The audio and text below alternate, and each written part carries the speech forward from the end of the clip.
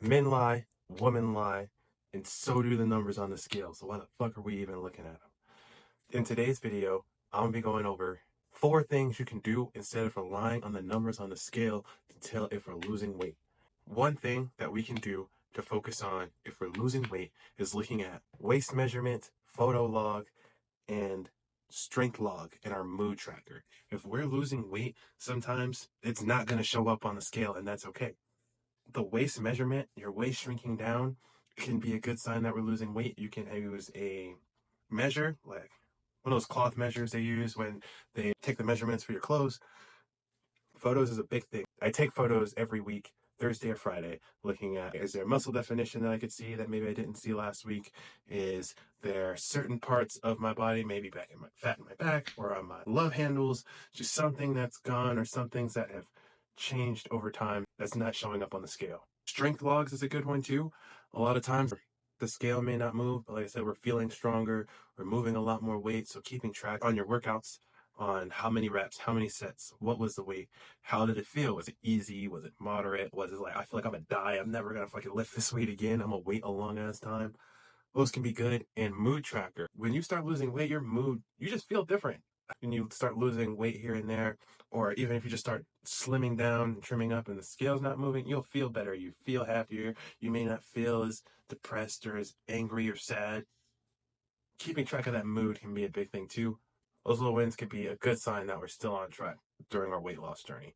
The second thing is weight fluctuates during shift rotations. So the reason why weight fluctuates, it can be based off a variety of things. You can be looking at how much water is the body retaining. So is some of that weight that you're losing or not losing, is it water weight? Is it how much water you're getting in, how much food you're getting in consistently? Did you have a bad week where you weren't getting all the food in that you need and maybe you had 2 cups of water that day? Those things can impact the weight. Food timing, because your body works like a clock. It loves consistency. So if you're not having a good food time of when you was your last meal, how frequent, that can throw off your weight, whether your weight's jumping, going down, not moving on the scale. Also the time in which you weigh yourself. It's best to weigh ourselves when we're weighing ourselves around the same time every time. If I weigh myself today at 6 a.m. and then next week I weigh myself at 5 p.m. from my body's doing different things from what it's processing. Is it digesting food? Did I eat food? I didn't eat food at 6 a.m., but am I going to have something? How many meals did I have by 3? How much water have I had? That's going to change the fluctuation and what my weight is showing. So consistency with the time you're weighing and how much and when you're eating food will really help with that as well. Another thing that affects it with weight fluctuation is hormonal imbalance. When we're having poor sleep and stress, those can affect our weight. For me, it shows weight gain. I'm not sure that for some people it probably can show weight loss, but it shows that fluctuation, like the body when it's going through stress, like panics. And it does a lot of crazy things with our weight that may show up differently on the scale than what's actually happening. The third thing I want to go over is non-scale victories that we can look at. One non-scale victory is how our clothes fit. Is our clothes looser than they were before? Are we swimming in our clothes where it's not skin tight? It's like we can breathe in, we have more flexibility and mobility in the clothes that we wear.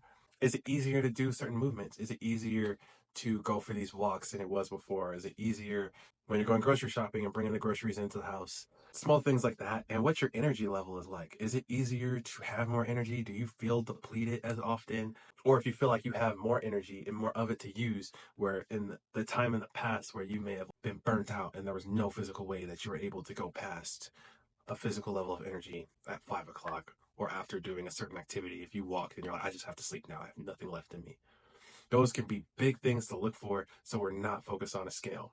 And the last thing I'm going to go over in today's video is how to create weekly check-ins. So I mentioned it earlier with the photos. Like I said, I do photos once a week myself.